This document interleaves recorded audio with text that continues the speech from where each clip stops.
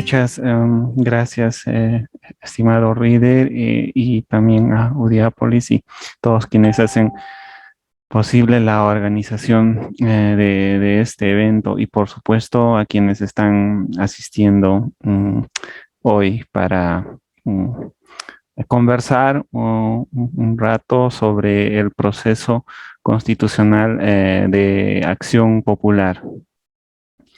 Entonces, con esa finalidad, estoy proyectando una diapositiva y una premisa que debemos de asumir dentro del desarrollo de los procesos constitucionales es la siguiente, de que nos encontramos dentro de un escenario gobernado y regido por la presencia de los derechos fundamentales, de valores, de principios que van bañando todo el ordenamiento jurídico.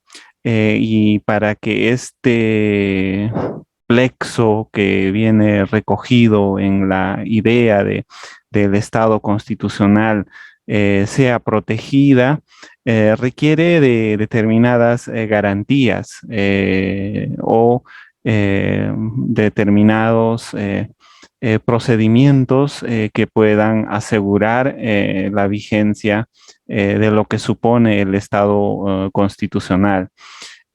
Particularmente se ha dicho que este Estado se conforma por la supremacía normativa de la Constitución, el valor normativo de la Constitución, la garantía jurisdiccional de la Constitución y en esa medida proteger todo ese plexo que viene a recoger la noción de Estado constitucional requiere de garantías, como mencioné, ¿no? Dentro de la filosofía o teoría constitucional y la teoría constitucional se afirma que eh, las garantías son aquellos mandatos que buscan efectivizar los contenidos del Estado constitucional. Ese es el fin y el propósito. Porque sin estos, mm, sin estas garantías, sin los procedimientos claros, difícilmente podría efectivizarse el contenido del Estado constitucional. Y allí también la importancia de los demás procesos, ¿no? Que es un proceso de amparo, habeas corpus, habeas data, y su finalidad es proteger los derechos y indirectamente, en ese caso, de los procesos de libertad, la Constitución. Y en los casos de procesos orgánicos o procesos que defienden la supremacía normativa de la Constitución, es una protección directa hacia esta, porque aseguran su vigencia y su aplicación en el plano de la realidad. Entonces, en ese marco es que estos procesos tienen importancia, van ganando notoriedad y visibilidad, porque evidentemente antes no existían este tipo de procesos que son más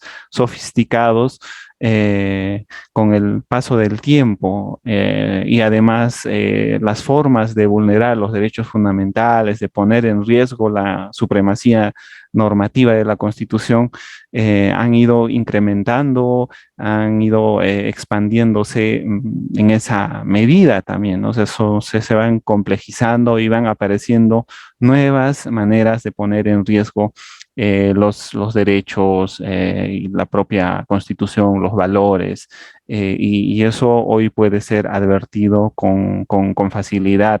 Quizás hace unos 50, 60 años, por ejemplo, no se concebía la idea de que un tribunal constitucional independiente, un tribunal que tenga las garantías de imparcialidad e independencia, pudiese detener arremetidas de gobiernos de corte autoritario, de corte populista, por ejemplo. Hoy en día los tribunales hacen esa tarea. Como tienen la misión de proteger la Constitución y los derechos fundamentales, entonces detienen arremetidas de corte autoritaria, siempre que tengan las condiciones, ¿no? Y esas condiciones, ¿cuáles son? Las que le permitan funcionar de manera autónoma e independiente. Y en ese marco aseguran la vigencia de la democracia y del orden constitucional de un país. Entonces, esa forma de resguardar la Constitución y la democracia es reciente, ¿no? Antes no se imaginaba que pudiese tener esa fuerza los tribunales o esos alcances que permitan asegurar su contenido y la eficacia del mismo, ¿no? Entonces, por esa razón es que desde la teoría constitucional y procesal también ha ido avanzando nuevas formas y nuevas garantías de asegurar y resguardar la Constitución y los derechos fundamentales. Entonces,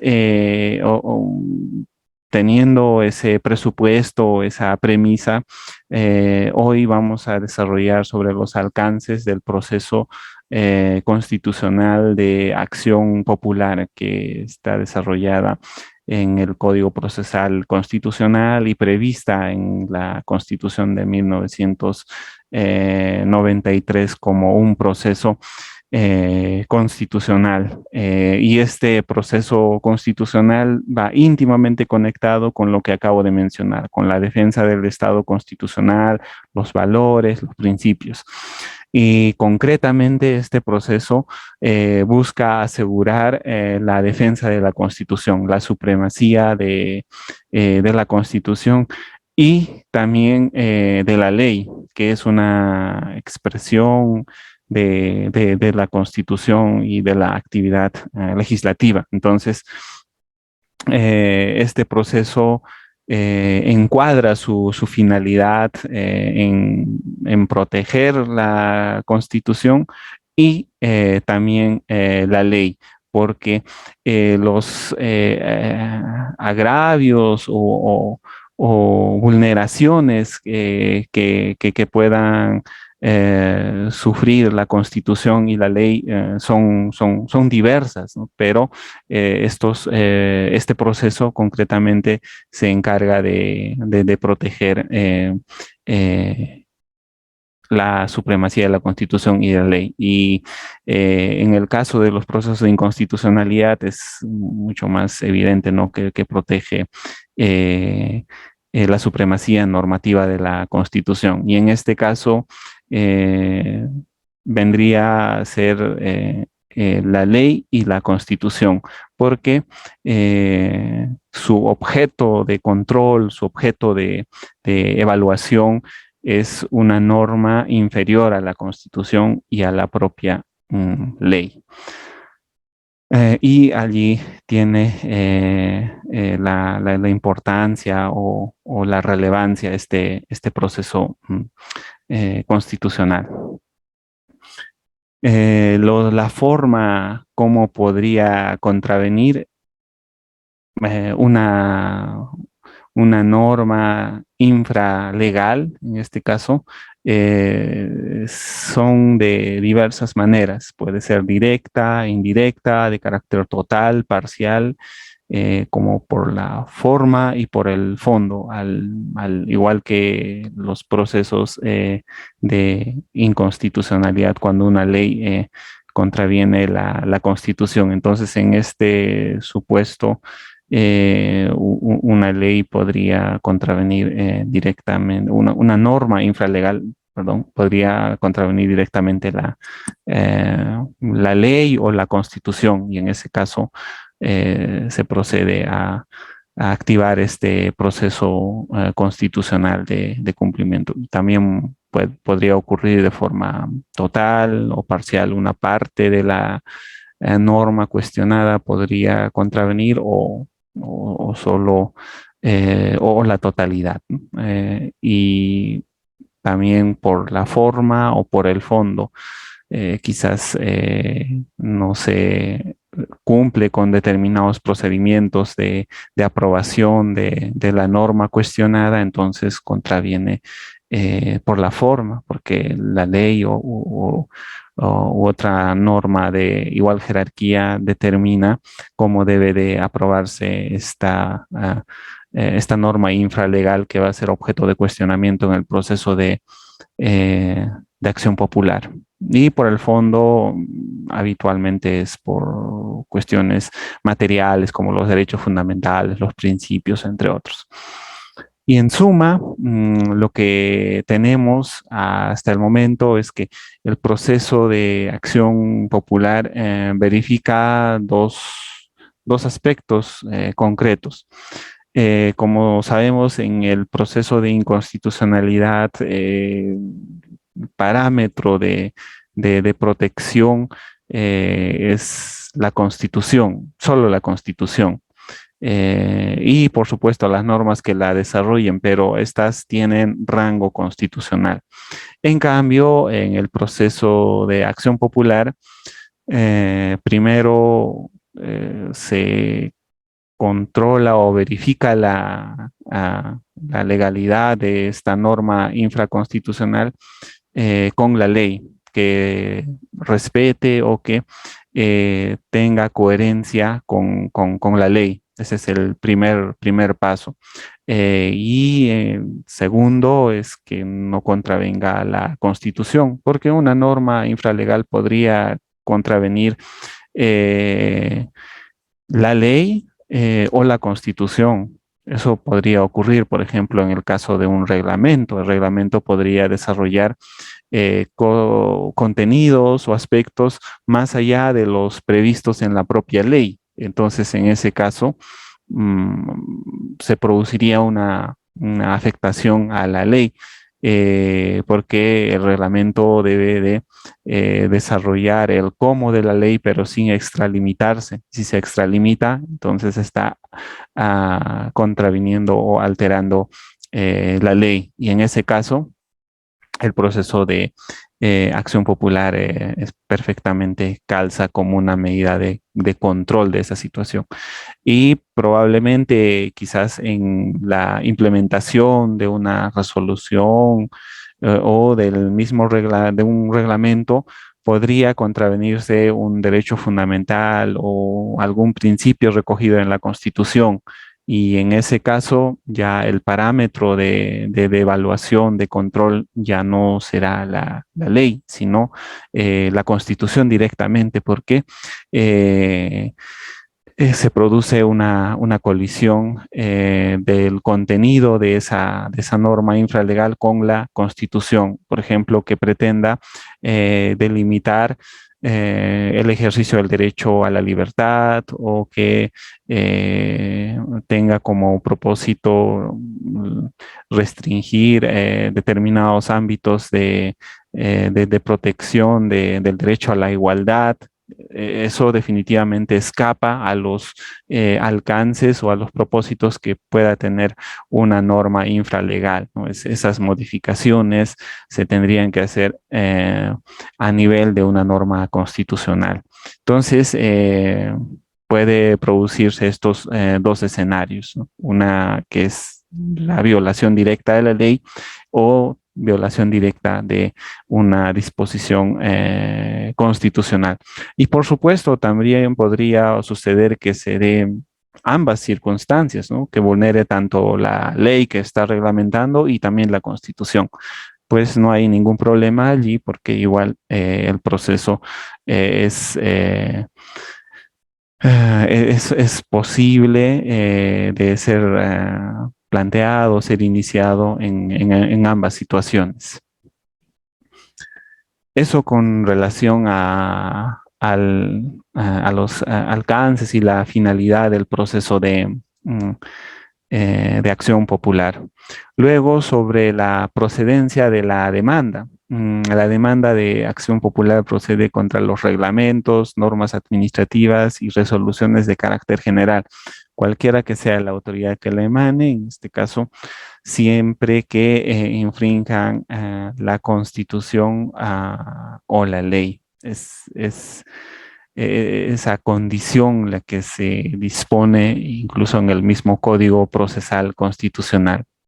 O bien puede ser la Constitución, o bien la ley, o ambos, ¿no? Y eso podría dar pie a que se interponga una demanda de habeas corpus. En este caso hay una modificación con relación a esto. Por ejemplo, las demandas contra resoluciones o actos no normativos son objeto del proceso de contencioso administrativo, porque es parte de la competencia de otro órgano especializado, ¿no? Y ya no es en este caso de proceso de constitucionalidad de habeas corpus. Y también se menciona que este proceso no implica la sustracción de la materia, la derogación de la norma objeto del proceso ni la convalidación posterior por norma con rango de ley. Y eso tiene sentido porque al igual que los procesos de inconstitucionalidad, donde no existe la posibilidad eh, eh, de, de que opere la sustracción de la materia o que uno pueda desistirse, ¿no? Entonces, como se establece una relación jurídica procesal válida y los alcances y el propósito muchas veces de la ley o de una norma de rango infralegal, pero con efectos de carácter general, afecta a varias personas o su ámbito de acción comprende diversas situaciones jurídicas, entonces el tribunal y en este caso el Poder Judicial, que es el competente para conocer el proceso de acción popular, debe de pronunciarse, ¿no? Sobre el fondo. Entonces, no podría plantear la sustracción de la materia tal como usualmente sucede con los procesos de libertad, ¿no? Donde o cuando se advierte la irreparabilidad del derecho en ese supuesto, el Tribunal Constitucional o juzgado constitucional declara la sustracción de la materia, ¿no? Sin pronunciarse muchas veces en el fondo o se pronuncia en el fondo para que en el futuro no vuelva a producirse esa misma afectación y que pueda darse pie o que pueda dar pie a presentar una represión de actos homogéneos por esa misma hecho que vulneraría el derecho fundamental, ¿no? Entonces, ese es el esquema de funcionamiento, de cómo operan los procesos de libertad, pero en los procesos orgánicos o que tienen como finalidad la defensa de la Constitución, pues difícilmente podría plantearse ello, porque a toda la comunidad le interesa que se pronuncie el Tribunal Constitucional o en este caso el Poder Judicial sobre los alcances de esa ley y los efectos que vaya a acarrear o tener una vez expulsada del sistema jurídico o declarada su constitucionalidad o su validez legal de esta norma infralegal cuestionada, ¿no? Entonces, como el interés es mayoritario, pues no cabería la sustracción de la materia, siempre en cuando se haya establecido una relación jurídico-procesal válida, ¿no? para que pueda impulsarse de oficio. Entonces es una regulación que recoge el Código Procesal Constitucional al respecto. Eh, en suma, podríamos decir que este proceso o la demanda de acción popular va a orientarse hacia los reglamentos, normas administrativas, resoluciones de carácter general. Y aquí habría que preguntarse nuevamente, ¿no? Si esto es un enunciado de carácter taxativo y cerrado. Probablemente no, porque pueden presentarse o expedirse normas con carácter general, pero que no tengan rango legal y que no estén enunciadas en el Código Procesal Constitucional, y en ese supuesto pues tendría que comprenderse o estar dentro de los supuestos de procedencia de esta demanda, ¿no? Entonces, considero que no hay una cláusula cerrada sobre las posibilidades en las cuales se podría plantear eh, la procedencia de la demanda de acción popular. Después tenemos la legitimación. Y aquí lo más interesante es que este proceso o la legitimación para interponer esta demanda es amplia. Cualquier persona literalmente puede accionar este proceso o iniciar este proceso eh, siempre en cuando la considere que le afecta, ¿no? Y no hay una restricción o limitación. En el caso de los procesos de inconstitucionalidad, los órganos o sujetos que están comprendidos como legitimados según la Constitución y el Código Procesal Constitucional, es taxativo, ¿no? El fiscal de la nación, el presidente del Poder Judicial, el presidente de la República, los ciudadanos, el Congreso, Colegio de Abogados, entre otras, ¿no? Pero en este caso no sucede ello, ¿no? Sino que su legitimación es amplia y literalmente cualquier persona puede eh, activar este proceso para cuestionar los alcances o el agravio que produciría la norma infralegal. Y en esa medida considero que es mm,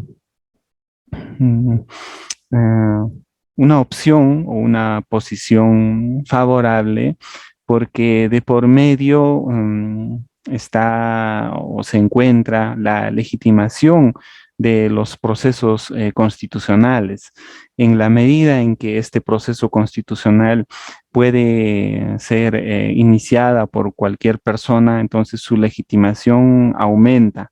En cambio, cuando existen restricciones para acceder a ese proceso, muchas veces se genera dudas o inconvenientes, como por ejemplo en el proceso de inconstitucionalidad, juntar las 5.000 firmas ciudadanas es difícil, es complicado, no es una tarea sencilla. Y ese hecho muchas veces deslegitima el propio proceso de inconstitucionalidad. Y en este caso, al ser abierto, al al que puedan acceder todos los ciudadanos sin ninguna barrera o restricción, entonces aumenta su legitimación y legitimidad, ¿no? Porque en cualquier momento se puede plantear una demanda de acción popular.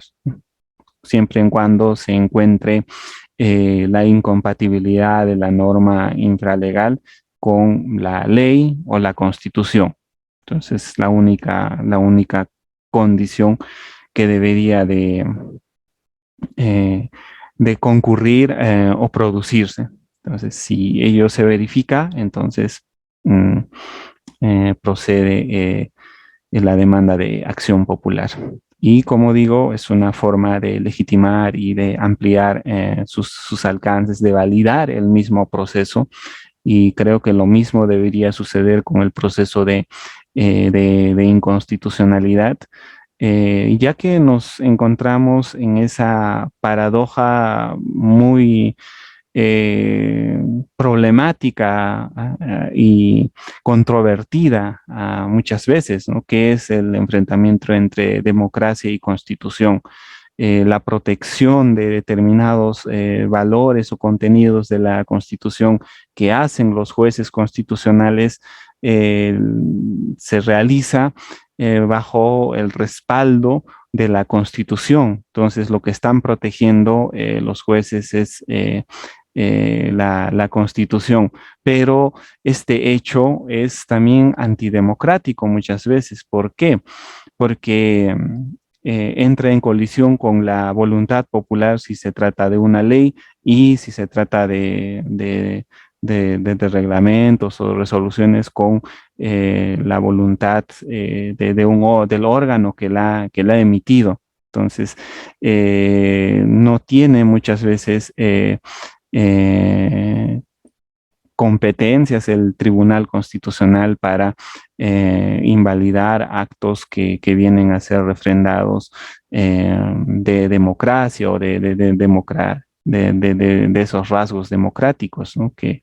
Eh, que validan la actuación de determinados órganos. Entonces, al abrirse la posibilidad de que todos los ciudadanos puedan interponer la demanda de acción popular, creo que hay un rédito a favor de ese proceso y que pueda incrementar su legitimidad, su presencia frente a la ciudadanía, ¿no? Que es lo más importante de este tipo de procesos al momento de defender la Constitución. Porque también recordemos, ¿no? O sea, la defensa de la Constitución, de la fuerza normativa o la supremacía corresponde a todos los ciudadanos, a las personas, y en esa medida interponer ciertos requisitos para activar determinados procesos, hay veces es un obstáculo, un impedimento, ¿no? No me refiero a los requisitos que deben de cumplirse de carácter formal, ¿no? Sino a estos requisitos que son agravados en muchos casos, ¿no? No en una persona natural sin respaldo de ciudadanos, de 5.000 ciudadanos, por ejemplo, no podría activar el proceso de inconstitucionalidad. Pero felizmente en este caso, en el caso de proceso de acción popular, ocurre lo contrario, ¿no? Que sí puedan realizarlo. Entonces, a lo único que están sometidos quienes activan este proceso o ejercen este proceso es a cumplir con determinadas formalidades de carácter legal y que son mínimas en muchos casos, ¿no? Y que el mismo Código Procesal Constitucional establece. Eso como un comentario. ¿Qué hay respecto de las personas jurídicas? Las personas jurídicas estarían legitimadas para interponer la demanda eh, de acción popular. Mm, La, la tesis es que sí, ¿no? No dice nada el Código Procesal Constitucional al respecto, pero asumimos en que sí es posible que las personas jurídicas puedan interponer una demanda de acción popular. ¿Y esto cómo se lograría? A través de sus representantes y especialmente que exista una delegación de facultades para que este representante cuestione una norma de carácter infralegal. Y en la jurisprudencia del Poder Judicial de la Corte Suprema se menciona que eh, se debe de adjuntar copia de la sesión de junta directiva que autoriza la interposición de la demanda de acción popular, ¿no? Entonces es un requisito que se ha establecido a nivel de la jurisprudencia y en este caso mmm, las personas jurídicas a través de sus representantes tendrían que demostrar que tienen facultades especiales para ello y que han sido autorizadas por la junta directiva el comité o el órgano que rige dentro de la persona jurídica. Entonces, en esas dos condiciones procede que o se legitima que las personas jurídicas puedan interponer la demanda de eh, acción popular. Es otra precisión que habría que realizar. Y ahora que han reformado el Código Procesal Constitucional, tampoco dijeron algo al respecto, ¿no? Que creo que hubiese sido pertinente que coloquen que la demanda de acción popular puede ser interpuesta por una persona jurídica, natural y jurídica, ¿no?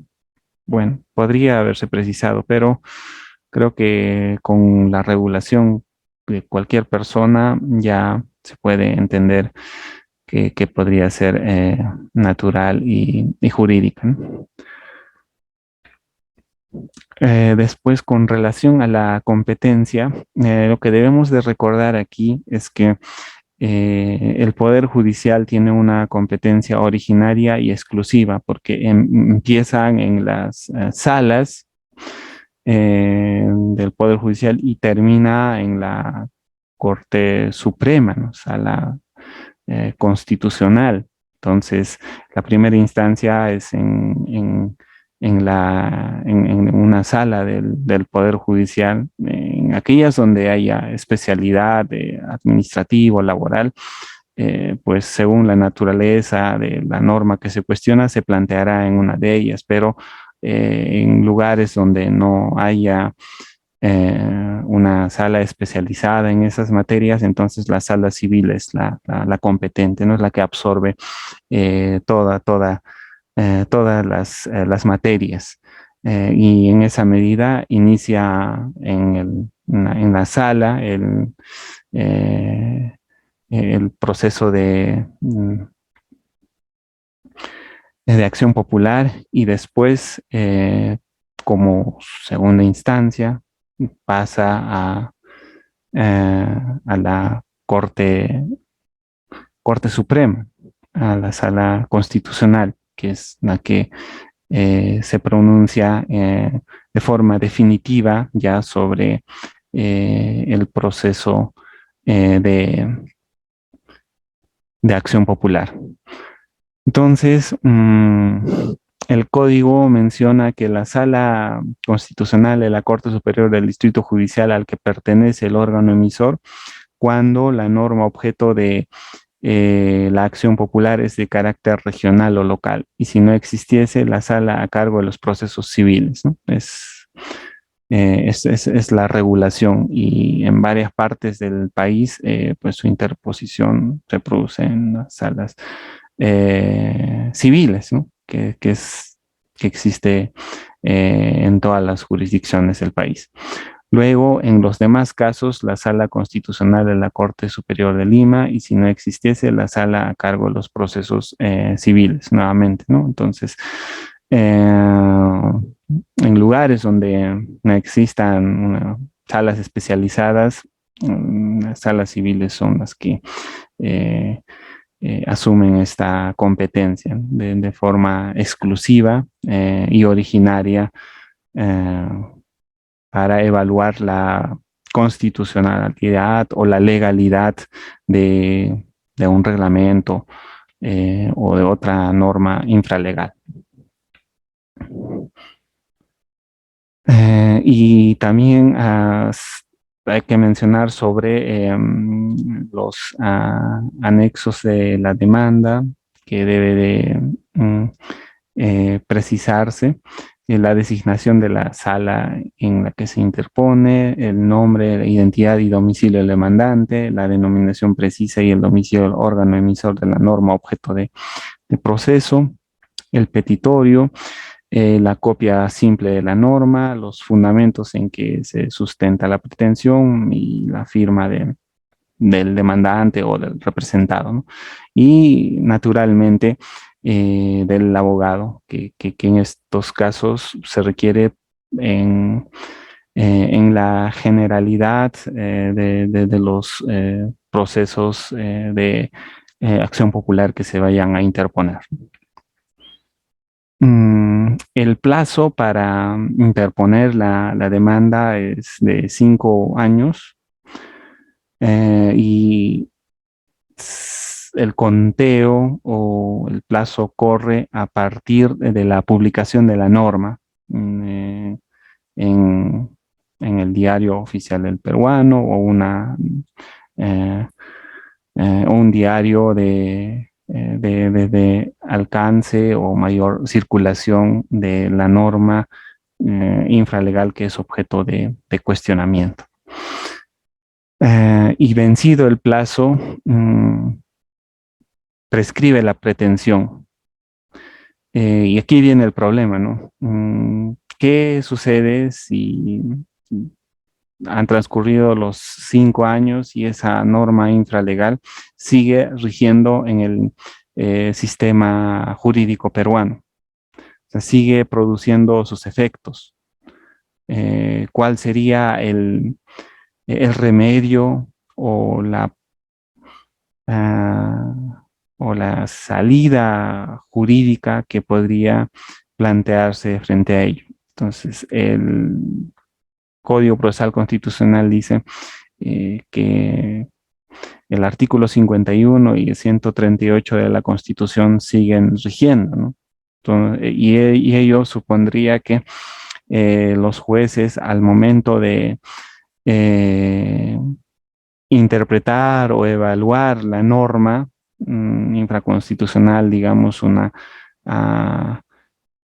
resolución ministerial o un reglamento,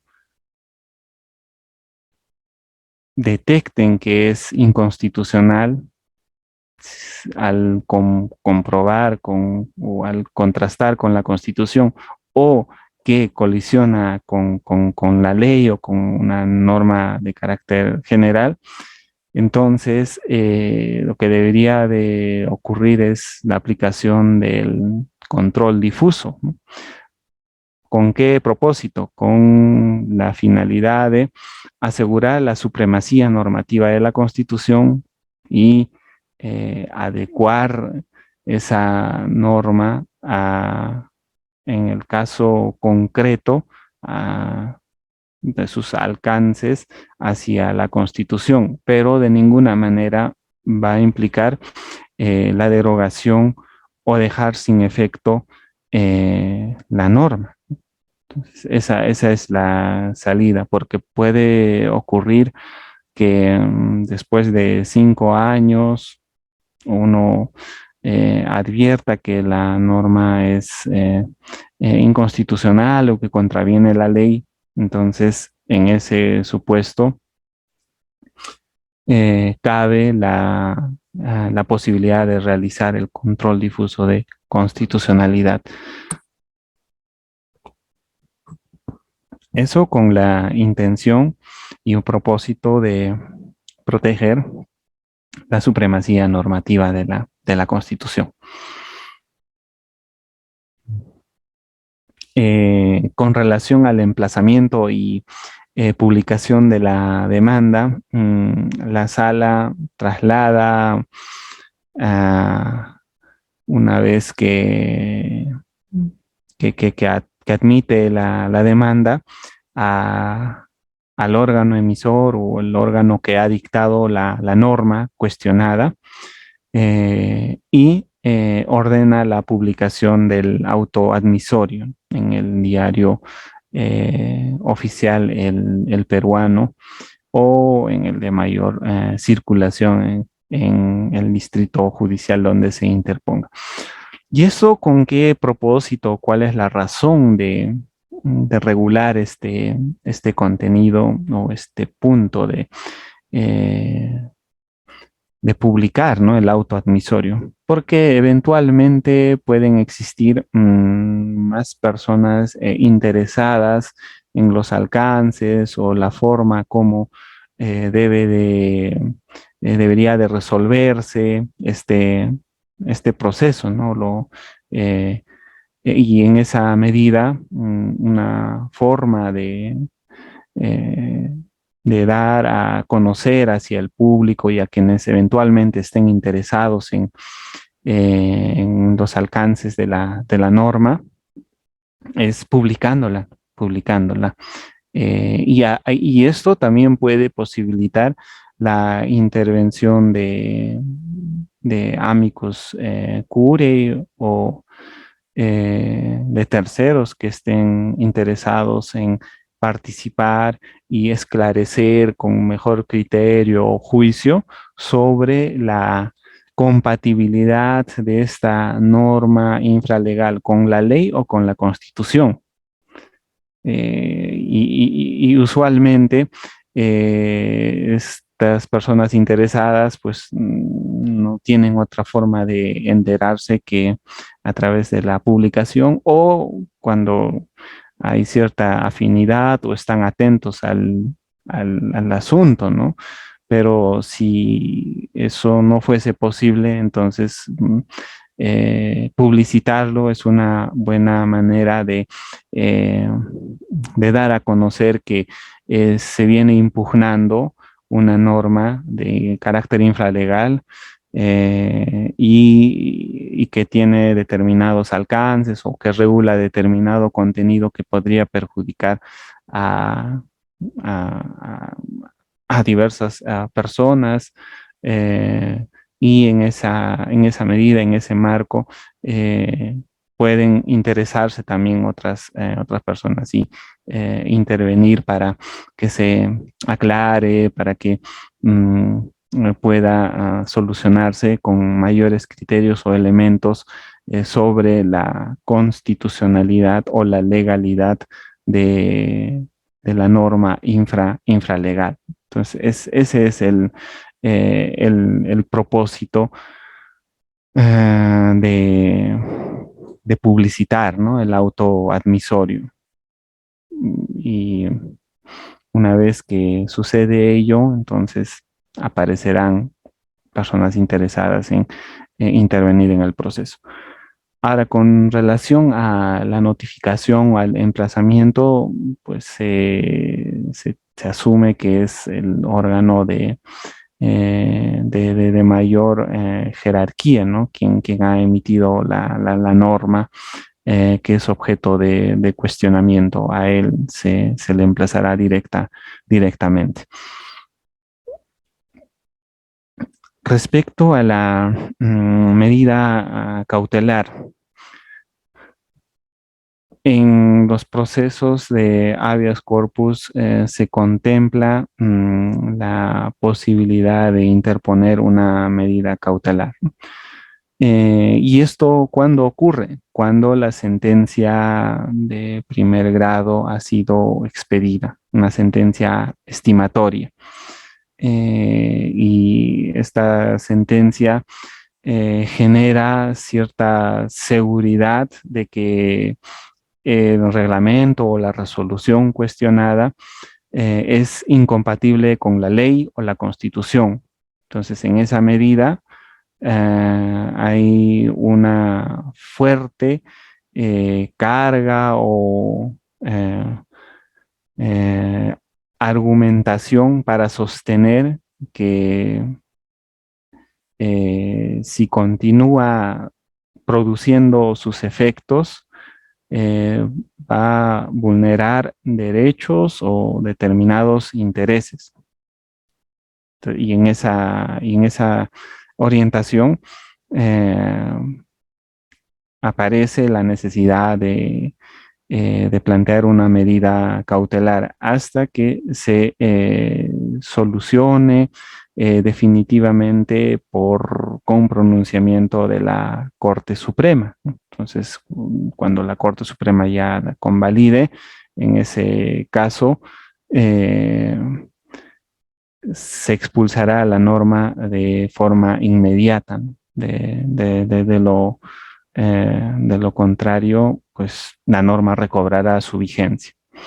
El contenido cautelar está limitado a la suspensión de la eficacia de la norma considerada vulneratoria con el pronunciamiento, ¿no? Entonces, la lógica o cómo debe de pensarse la medida cautelar dentro de los procesos de habeas corpus es la siguiente, ¿no? La concurrencia de la apariencia en el derecho, el peligro en la demora, la adecuación y fundamentalmente la sentencia estimatoria de primera instancia.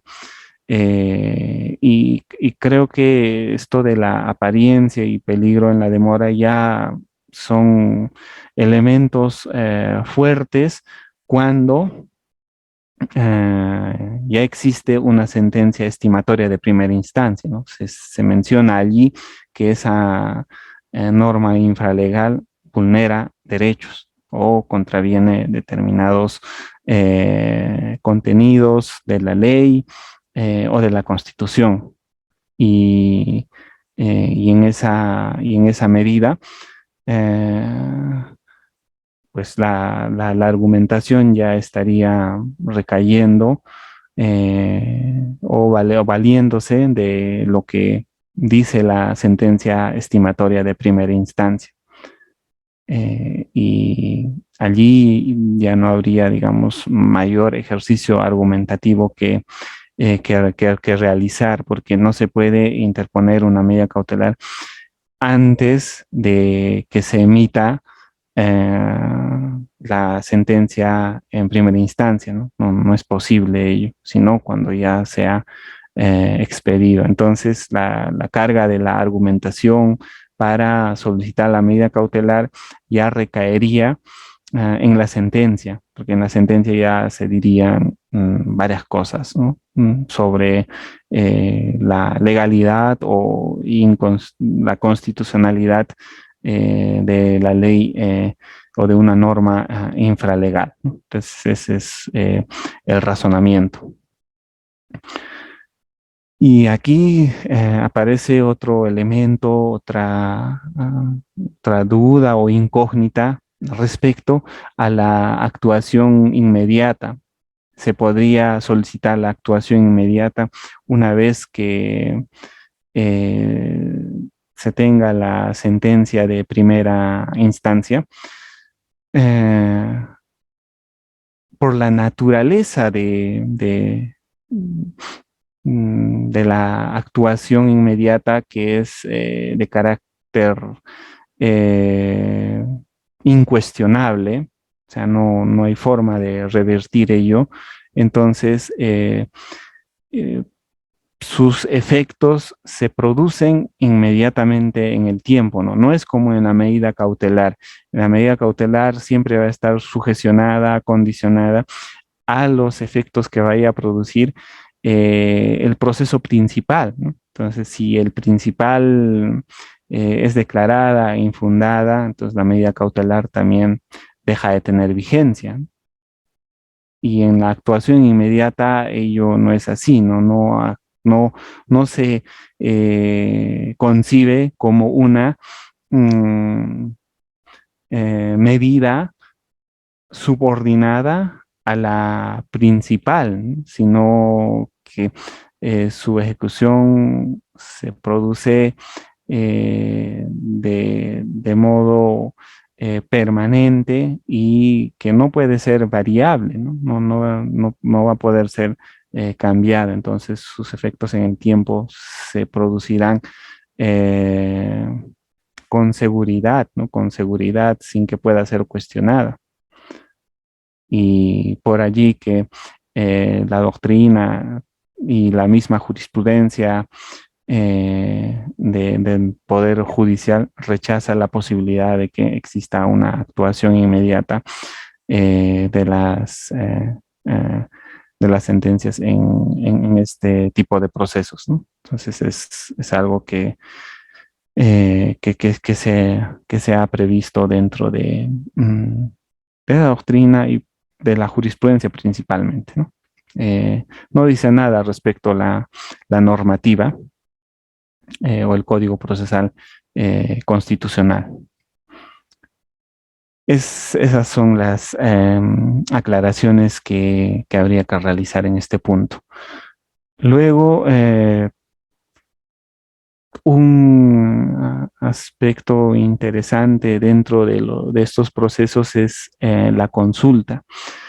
Y el código dice, si la sentencia que declara fundada la demanda no es apelada, los autos se elevarán en consulta a la Sala Constitucional y Social de la Corte Suprema. La consulta se absolverá sin trámite y en un plazo no mayor de 5 días desde que es recibido el expediente. Y esto tiene sentido porque la idea de consultar una sentencia fundada en primera instancia que no ha sido apelada, que el órgano que ha expedido la norma que contraviene la ley o la constitución no la ha cuestionado, se debe a que los efectos de esta sentencia son generales. En la medida en que son generales, eh, existe la necesidad de uniformizar criterios, ¿no? O criterios, porque podría ocurrir que determinada sala civil de Arequipa o de Puno podría establecer que eh, el reglamento es inconstitucional o una resolución ministerial es incompatible con la Constitución, pero otra de Trujillo podría determinar que no es así, ¿no? Entonces ahí se produciría una divergencia de criterios. Para evitar ello, se consultan, de tal manera que una vez que se tiene los alcances o en este caso sobre la constitucionalidad o inconstitucionalidad de esa norma infralegal, se puedan aplicar o puedan tener efectos en todo el país y de tal manera que no se produzcan contradicciones, ¿no? Porque las mismas salas y en varias materias ocurre ello, tienen interpretaciones muchas veces controvertidas. Entonces, para evitar ello, la consulta a la sala es importante, ¿no? Para que sus efectos sean generales y también pueda causar esa uniformidad en la manera de entender o comprender la demanda de eh, mm, acción popular sobre una determinada norma, ¿no? Sobre una determinada norma infralegal.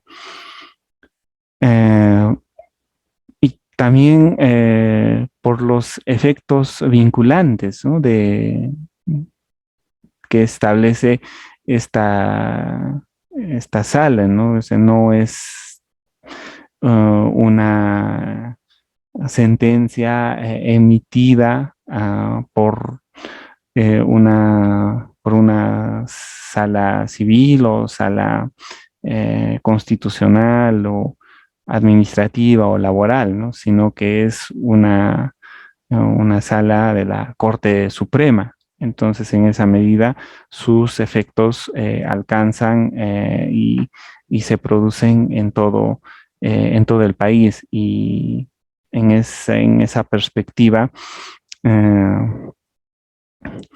eh, habrá ah, una especie de vinculación, ¿no? A esa decisión. Entonces, ese es el propósito por el cual se eleva también a consulta.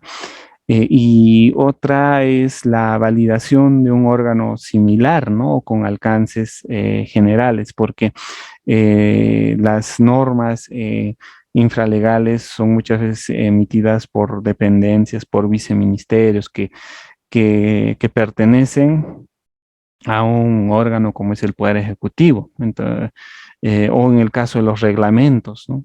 Que también pertenece a un órgano que es parte del Ejecutivo. El, la reglamentación la efectuará evidentemente mm, un ministerio competente sobre la ley que es objeto de reglamentación.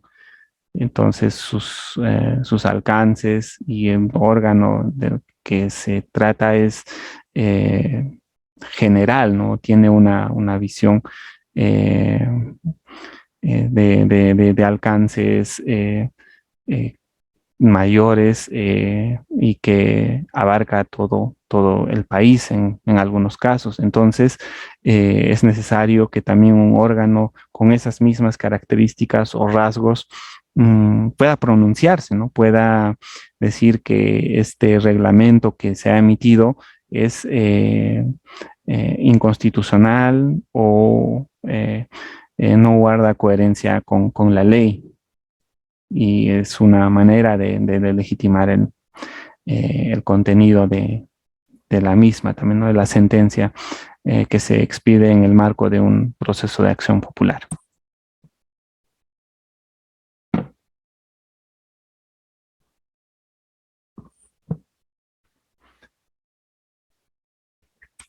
Y con relación a la sentencia, esta es emitida dentro de los 10 días y en ningún caso procede el recurso de casación, ¿no? Porque termina en esta instancia, en la sala.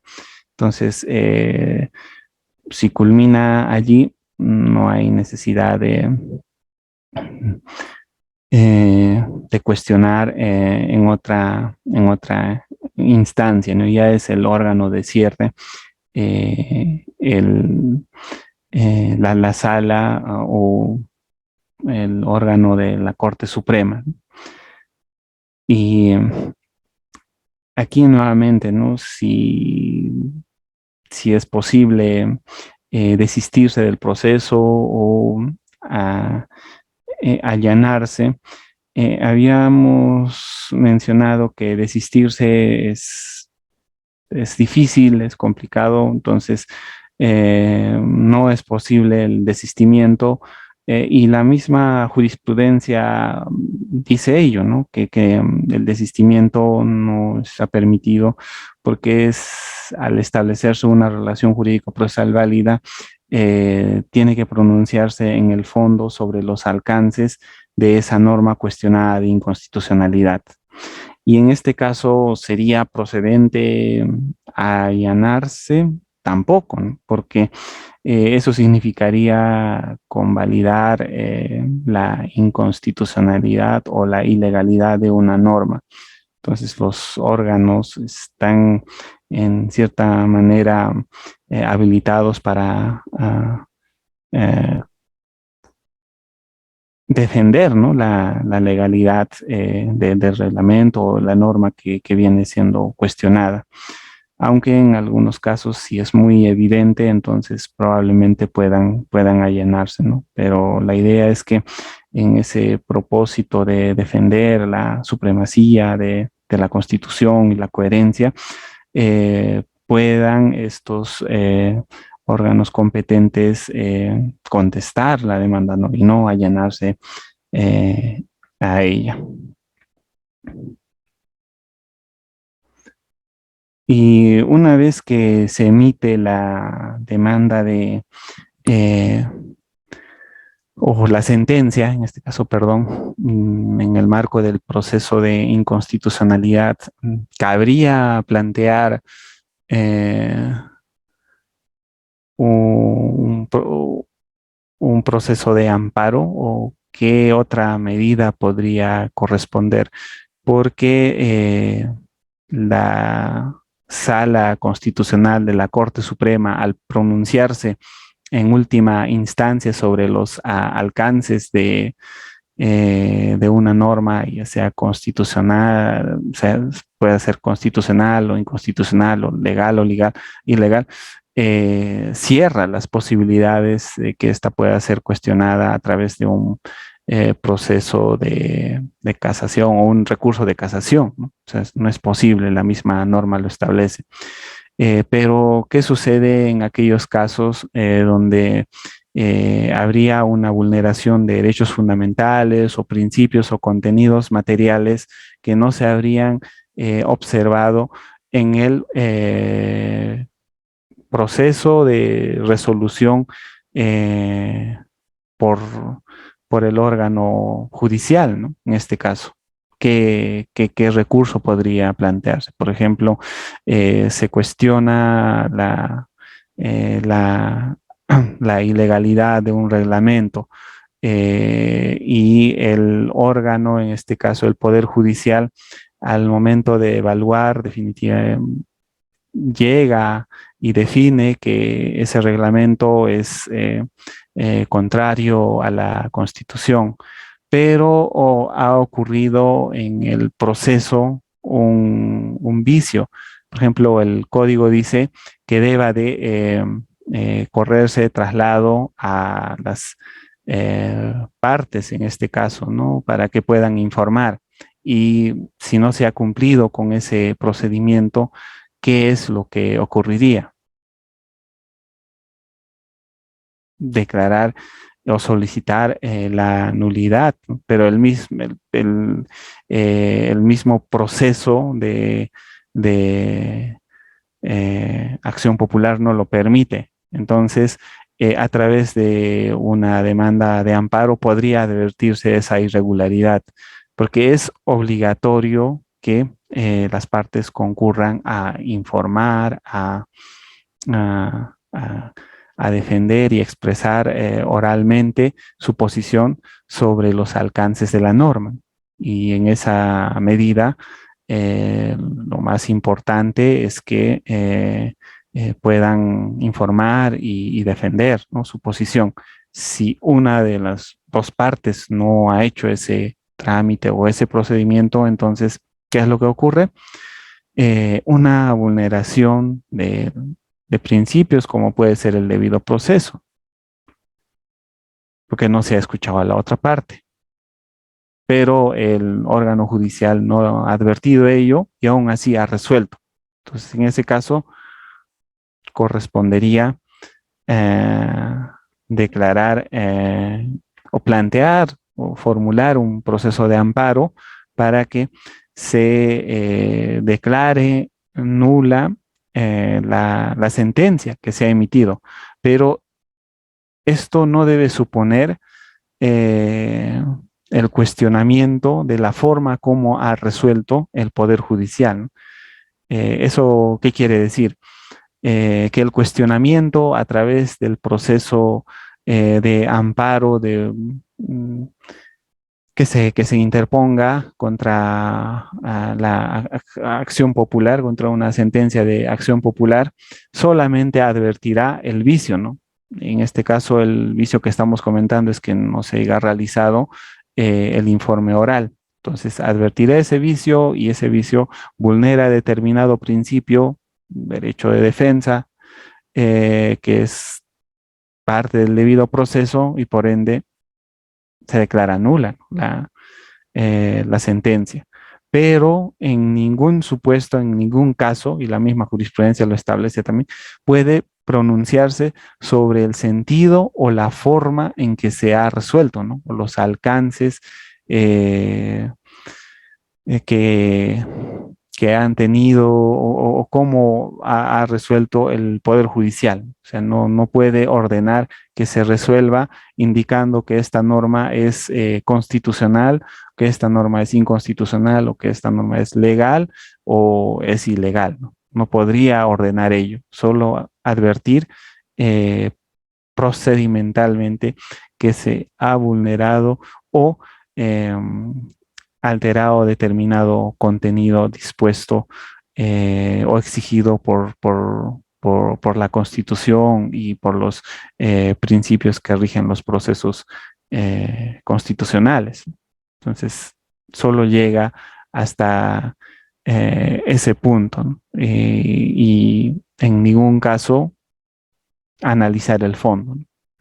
Entonces, es la forma como podría trabajarse dentro de, del proceso de amparo, ¿no? Cuestionar a través de este mecanismo una sentencia emitida en el marco de un proceso de acción popular. Y esto la jurisprudencia la ha desarrollado también, ¿no? Es la que ha aclarado que sí es posible, tal como es posible interponer a acción, plantear un proceso de amparo contra habeas data, procesos de habeas corpus, o incluso la propia inconstitucionalidad, ¿no? Proceso de inconstitucionalidad. Entonces, también se puede contra acción popular. Y la regla que rige aquí es procedimental, advertir los vicios que se han producido en el trámite de la resolución de ese proceso de acción popular, pero en ningún caso, en ningún supuesto, a través de una acción de amparo, el Tribunal Constitucional o el Poder Judicial podría decir que se resuelva de determinada manera, ¿no? O con determinados alcances se interprete la constitucionalidad o la legalidad del reglamento o de la resolución, ¿no? Ministerial o otra norma con rango de ley que pueda o que se venga cuestionando. Entonces, es algo que se ha formulado también dentro de la jurisprudencia. Y con esto culminaríamos esta parte del proceso de acción popular y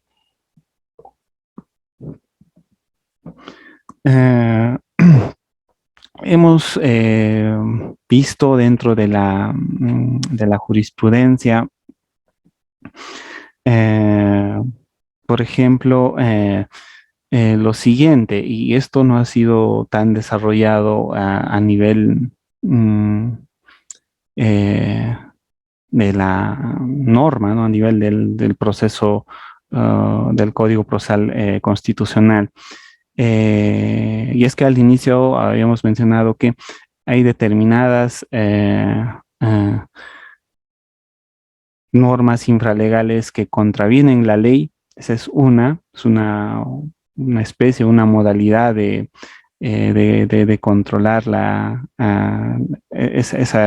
validez de esa norma, y la otra es que contravenga la Constitución. Entonces, esas dos formas o dos tipos de controles son las que se hacen distinción en este proceso de acción popular. Es un aspecto a tomar en cuenta, ¿no? Y dentro de la jurisprudencia, por ejemplo, se han cuestionado resoluciones ministeriales, decretos supremos. Por ejemplo, se cuestionó el decreto supremo 0012 del 2014, y este decreto supremo lo que hacía era restringir o limitar los alcances del derecho a la huelga en el sector salud. Y como era una amplificación de la norma, de la ley, entonces se tuvo que declarar ilegal o que fue incompatible con la ley y con la Constitución, ¿no? Porque la huelga es un derecho fundamental que viene tutelada por la Constitución, que es un elemento también importante, ¿no? De parámetro de control de constitucionalidad. Eh,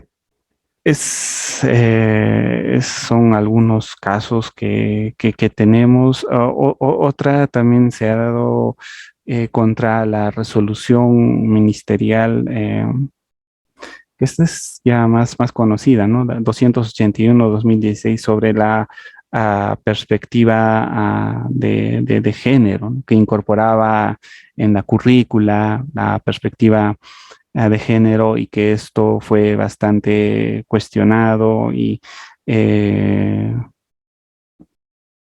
mereció pronunciamiento a través de una demanda de proceso de acción popular, porque hacía una distinción en el marco educativo entre varones y mujeres bajo esta idea de la perspectiva de género y esta norma vulneraba la igualdad y fue expulsada, ¿no? Fue expulsada a través de este proceso. Entonces, también es algo que tuvo impacto en su momento, ¿no?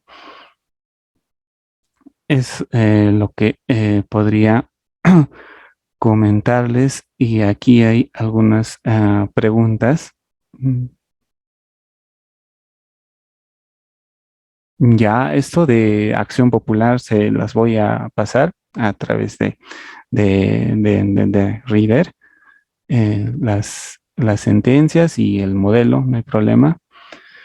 El cierre de las universidades por parte de la SUNEDU no vulnera el derecho a la educación de los estudiantes que cursan chacas de estudios, entendiendo que las entidades correspondientes les dieron sus permisos para poder operar. Lamentablemente, el Estado no cumplió con su rol supervisor para ver la calidad de los estudios y ahora decidieron cerrarlos sin contemplar la vulneración del derecho constitucional de los estudiantes y sin brindarles un plan para que puedan seguir sus estudios sin ser afectados. En este caso, eh, se puede presentar una demanda de acción popular. Ya, es interesante cómo se ha creado la SUNEDU, ¿no? La SUNEDU es una autoría del Tribunal Constitucional en el marco del cuestionamiento de las leyes de calidad de enseñanza universitaria y en el proceso de inconstitucionalidad se ordena que el Estado pueda crear un órgano que verifique la calidad educativa superior, ya que se había proliferado las universidades que no cumplían con los mínimos estándares de enseñanza y aprendizaje. Y cumpliendo ese mandato, el Congreso ha implementado y aprobado la ley 30-220, que me parece que es la ley universitaria, la nueva ley universitaria. Y allí se prevé que las universidades y los programas de estudio, primero las universidades puedan licenciarse y los programas de estudio puedan acreditarse. Esto de la acreditación ya viene de hace un buen tiempo, ¿no? Pero el licenciamiento es propiamente ya una exigencia con la ley y otras normas que son de desarrollo legislativo. Y en esa medida lo que ha ocurrido es que eh, las universidades eh, no han cumplido, ¿no? Con los estándares o con las condiciones básicas de calidad, ¿no? Es que son 8 y consisten en que tengan infraestructura, investigación, docentes adecuados, entre otras, ¿no? Entonces, esos estándares mínimos no han sido cumplidas y como no han sido cumplidas, han dispuesto que se cierren, ¿no? Las universidades. Y son varias las universidades que han corrido esa suerte y contra esa medida emitida por la SUNEDU, qué acciones o qué estrategias jurídicas se han interpuesto a demandas de acción de amparo, que algunas han sido fundadas, no sé si recuerdan el año pasado o el anteaño pasado, el anteaño pasado ya fue, ¿no? Eh, que un juez declaró fundada la demanda de amparo porque denegar la licencia institucional vulneraba el derecho a la educación. Pero tuvo que anularla, ¿no? Porque quien se favorecía con esa resolución era una universidad bastante cuestionada y que definitivamente no iba a cumplir con los estándares o no cumplía con los estándares de calidad que se exigían, ¿no? Y si es una norma, una resolución ministerial que se implementa, entonces también se puede cuestionar. No estoy seguro de que lo hayan cuestionado, no tengo esa información ahora, pero sí sería posible, ¿no? Cuestionarla, pero de que se declare inconstitucional o contrario a la ley universitaria, me parece que es difícil, ¿no? Porque tengamos en cuenta que para las universidades públicas y privadas el trato es diferente, ¿no? Para las públicas hay incentivos como la de hacer acompañamiento, brindar mayor presupuesto para que puedan implementar sus programas de estudio, puedan adecuarse a las exigencias del licenciamiento y de la acreditación. Y adicionalmente, creo que una o dos universidades públicas no fueron licenciadas, ¿no? Y les dieron un año más de plazo para que pudiesen adecuarse a, a las normas de licenciamiento y creo que están en ese camino, pero les dieron mayores oportunidades y esas son las oportunidades que las universidades privadas no reciben, ¿no? Ese era un poco el debate también, ¿no? Porque las universidades públicas tienen un tratamiento distinto y las universidades públicas, las universidades privadas pues se encuentran en desventaja. Les dan 2 años para que cesen sus actividades desde el momento que les deniegan el licenciamiento y con eso se culmina, ¿no? En cambio, para las universidades públicas no es así, ¿no? Tratan de salvar con varias medidas y recursos posibles. Pero ese trato diferenciado también tiene una justificación, ¿no? Porque las universidades privadas mm, tienen una tributación especial, ¿no? Entonces, al ser ello de esa, de ese modo, pues evidentemente tenían todas las condiciones para adecuarse, para poder cumplir con las exigencias de la SUNED. Y en ese sentido, eh, hubo bastante tiempo de espera, ¿no? Y creo que hasta ahora las universidades algunas que han sido denegadas en licenciamiento, están operando y funcionando y creo que les han dado incluso más tiempo para que puedan realizar su plan de implementación de cierre de actividades y todo eso, ¿no? Porque esto del licenciamiento tampoco fue una exigencia inmediata, ¿no? Sino fue madurando en el tiempo. Viene esta sentencia del Tribunal Constitucional es del 2008, si no me equivoco, y donde exhorta a crear un organismo que pueda vigilar eh, la calidad educativa. Entonces, hasta el día de hoy no se efectuó, no se alcanzó ello, ¿no? Entonces, eh,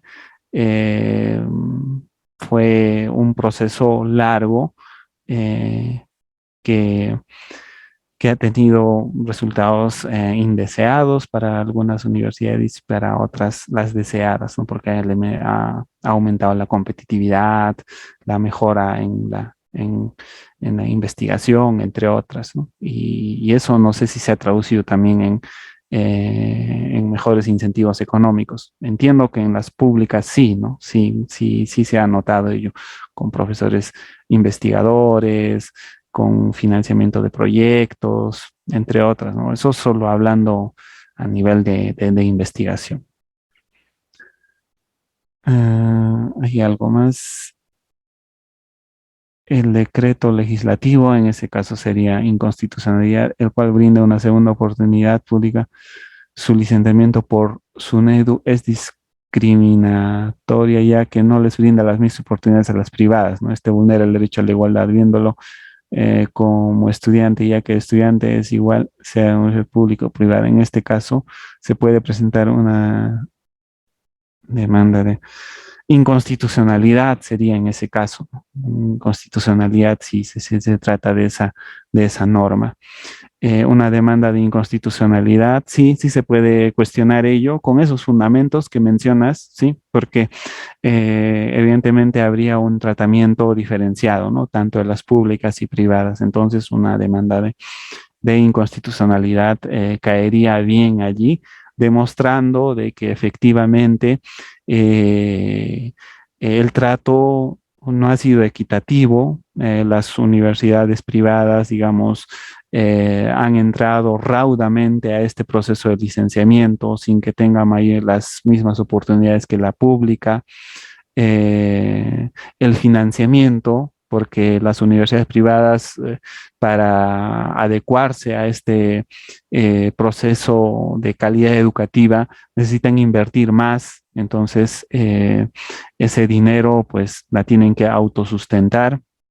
Y en el caso de las públicas, ya viene destinada del erario público, ¿no? Y esa sería eh, eh, una desventaja, una desigualdad en el trato.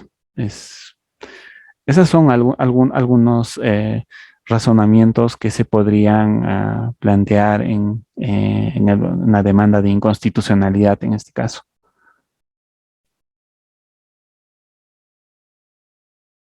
Claro, eso, ¿no? O sea, están trasladando la responsabilidad al estudiante y cuáles son las opciones. Pero yo creo que también las universidades han ido implementando algo, ¿no? Como es la de traslado de las universidades que han sido denegadas de su licencia hacia universidades públicas con licencia. Entonces, se ha producido esa opción, ¿no? Incluso les daban becas, incentivos. Me parece que ahí tuvo una política bien interesante. Todo lo que habría que demostrar en ese caso para que se declare inconstitucional esa norma es que esas oportunidades que se están brindando, se están ofreciendo a los estudiantes no son suficientes, ¿no? O no son generalizados porque difícilmente con una universidad que tiene una masa estudiantil de 15.000, 20.000 pueda ser cubierta por una universidad nacional, ¿no? Y también que a todos puedan brindarle becas, ¿no? No sé hasta qué punto eso será posible, ¿no? Entonces, son esas situaciones particulares las que habría que resaltar en la demanda de inconstitucionalidad.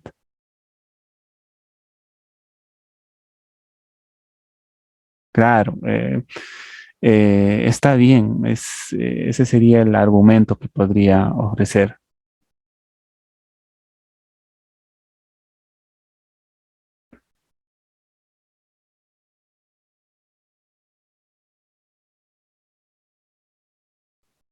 Sí, y efectivamente, Julio César, o sea, una cosa es la universidad, ¿no? Que asume sus responsabilidades como tal, ¿no? Es negligencia de la universidad, definitivamente, no haber licenciado. pero ¿por qué trasladar esa responsabilidad al estudiante? Eso es un buen punto. Y eso no ha sido descuidado tampoco por el proceso del licenciamiento, ¿no? Como digo, han ofrecido eh, eh, salidas o alternativas para que puedan trasladarse a universidades públicas. Entonces, yo creo que en una demanda de inconstitucional lo que hay que hacer es vencer esas acciones que ha adoptado el Estado para acoger a estudiantes que estudiaron o que vienen estudiando en universidades con licencia denegada, ¿no? Entonces, hay que demostrar que esas acciones que el Estado adopta para acoger en universidades públicas o brindarle oportunidades o no existen o son muy reducidas o no van a ser las satisfactorias. Entonces, en ese caso, sí podría declararse inconstitucional esa norma. ¿Qué sucede? Claro, como decía, una política de incentivos que ha implementado el Estado. Hasta donde sé, les han dado becas, facilidades, en algunos casos,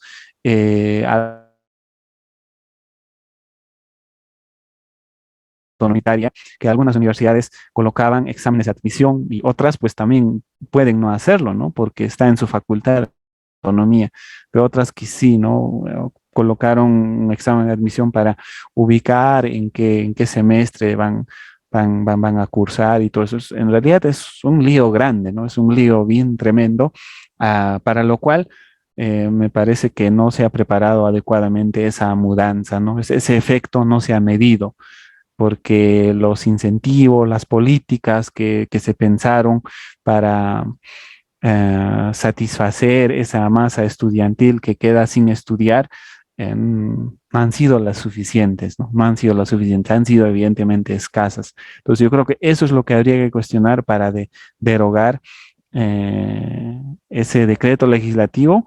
Y en realidad creo que el cuestionamiento va más a la ley universitaria, ¿no? Es que es la que ha regulado ello, porque esta ley universitaria ya tendría que precisar mejor los lineamientos de cómo se implementa la política de acojo de estudiantes que vienen de universidades denegadas. Eso, o sea, cómo amplían su sede, contratan más docentes, todo ello, ¿no? Es una política que debería estar clara, ¿no? Y me parece que allí todavía flaquea.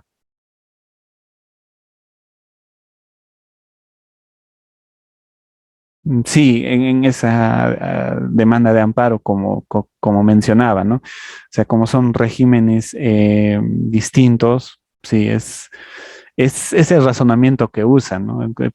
Pero tampoco es descabellado hacer esa comparación, ¿no? Que las públicas tengan mejores oportunidades o mayores oportunidades y más opciones que las privadas, definitivamente, ¿no? Entonces, pero no es descabellado tener o argumentar eso, ¿no? No es descabellado, porque al final, su finalidad, ¿cuál es el propósito de la universidad? Educar, ¿no? ¿Por qué habría que hacer diferenciación? Otro propósito, ¿cuál es? Buscar la investigación, asegurar bienestar en la sociedad, entre otras, ¿no? Que son fines de la universidad. Y sea pública o privada, cumple esa función, entonces no habría que hacer la distinción. Pero en la demanda, en la sentencia, se hicieron las distinciones y ya es un criterio del juez, ¿no? Que ya no podemos cuestionar, ¿no? Pero sí tenemos elementos para cuestionar. Pero ya existe una decisión, entonces habría que interponerse otra demanda para obtener otro resultado, ¿no?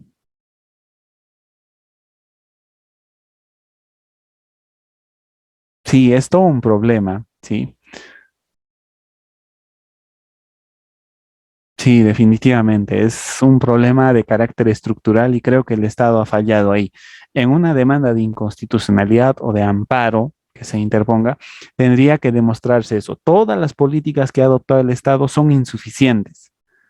Eso, ¿no? O sea, son insuficientes para satisfacer a la población estudiantil. Si se ha logrado ello, o si se demuestra ello, entonces al TSE o al Poder Judicial no le va a quedar otra opción que declarar inconstitucional y probablemente exhortar, ordenar al Ejecutivo, al Ministerio de Educación y otros órganos competentes que puedan implementar estas medidas de forma adecuada, ¿no? Que puedan satisfacer el derecho a la educación y que sea compatible con los intereses de los estudiantes, ¿no? Que son quienes han sido más perjudicados. Entonces, la argumentación debería ir en ese sentido, demostrar que todas estas políticas adoptadas de becas, de traslados, de ampliación de cupos, han sido insuficientes, ¿no? Entonces, como son insuficientes, no es posible que con esas mismas políticas pueda acogerse a los estudiantes, ¿no? No es posible. Entonces, como no es posible, eh, tendría que adoptar otras medidas el Estado, otras medidas de carácter estructural. Y eso supondría elaborar, pues, ¿no? Eh, nuevas políticas donde incorporen a estos estudiantes que sean que vienen cursando en universidades sin licencia y que se han perjudicado en sus estudios, ¿no? Entonces, es difícil compatibilizar la currícula, todo eso, ¿no? O sea, las cartas descriptivas. En realidad es un problema tremendo y todo ello es lo que tiene que analizar. Y creo que hay ventajas desde este lado en argumentar, ¿no? Todo eso, ¿no? Que la universidad y el Estado no está haciendo ese trabajo, ¿no? Como no está haciendo ese trabajo, no pueden cargar o no pueden trasladar esa responsabilidad al estudiante. Y como no pueden trasladar, entonces la norma definitivamente va a caer en una causal de inconstitucionalidad, ¿no? O va a ser inconstitucional porque vulnera derecho a la educación, en principio, ¿no? Si no ha asegurado otra vía más satisfactoria para responder a esa situación de crisis educativa que originan el proceso de licenciamiento. Entonces, es lo que opino, esos son los argumentos que habría que ofrecer para demostrar, ¿no? Sí, también, ¿no? También, y está en revisión ahorita, está en revisión, pero más que todo la política que mencionas, el decreto legislativo, esa habría que cuestionar y también la ley universitaria porque se prevé esta exigencia de la calidad. Y es esa ley la que hace un tratamiento general de la educación universitaria, ¿no? O sea, pública o privada. No hay una ley para universidades públicas y otra para privadas. Entonces, tiene que prever en esa ley adicionalmente, pienso, para implementar nuevas medidas que puedan satisfacer a estudiantes que han sido denegadas o que vienen estudiando en universidades con licencia denegada, ¿no? Porque es lo que no ha previsto, ¿no? La ley ha dicho que vamos a mejorar, pero no ha previsto los inconvenientes que se vendrían, ¿no? Por ejemplo, ahí debería de haber previsto creación de nuevas universidades con licencia, porque la ley se aprobó en 2014 y creo que hasta el día de hoy tendríamos unas 4 o 5 universidades, ¿no? Pero eso no fue posible también porque había una ley moratoria, ¿no? Que decía que no, y creo que sigue vigente hasta este año o al siguiente año, esa ley de moratoria no puede crear universidades, ¿no? Entonces, la situación fue difícil eh, y creo que estamos a tiempo en que se puedan, digamos, implementar ese tipo de políticas, ¿no? O sea, el licenciamiento está bien, mejorar la calidad está bien, pero también debe venir acompañada con creación de más universidades públicas para acoger a esos estudiantes de la educación privada que que lastimosamente la educación privada no ha garantizado calidad y eh, la especialización que tanto se demandaba o se demanda hoy en día, ¿no? Entonces, como no ha podido atender ello, el Estado tiene que hacerse cargo porque la educación es un derecho fundamental, ¿no? Eso que podría comentar al respecto. No sé cómo, si hay alguna pregunta, cómo va el tiempo. Creo que tenemos unos minutos más y ya podemos ir cerrando la sesión. Creo que ya no hay preguntas, así que podemos ir culminando con la sesión. Doctor, muchas gracias. Muy amable y estimados participantes. Mañana tenemos clase de Derecho Constitucional 9 a.m. Igual les estaremos enviando la invitación. Muchas gracias, doctor. Listo, muchas gracias. Buenas noches.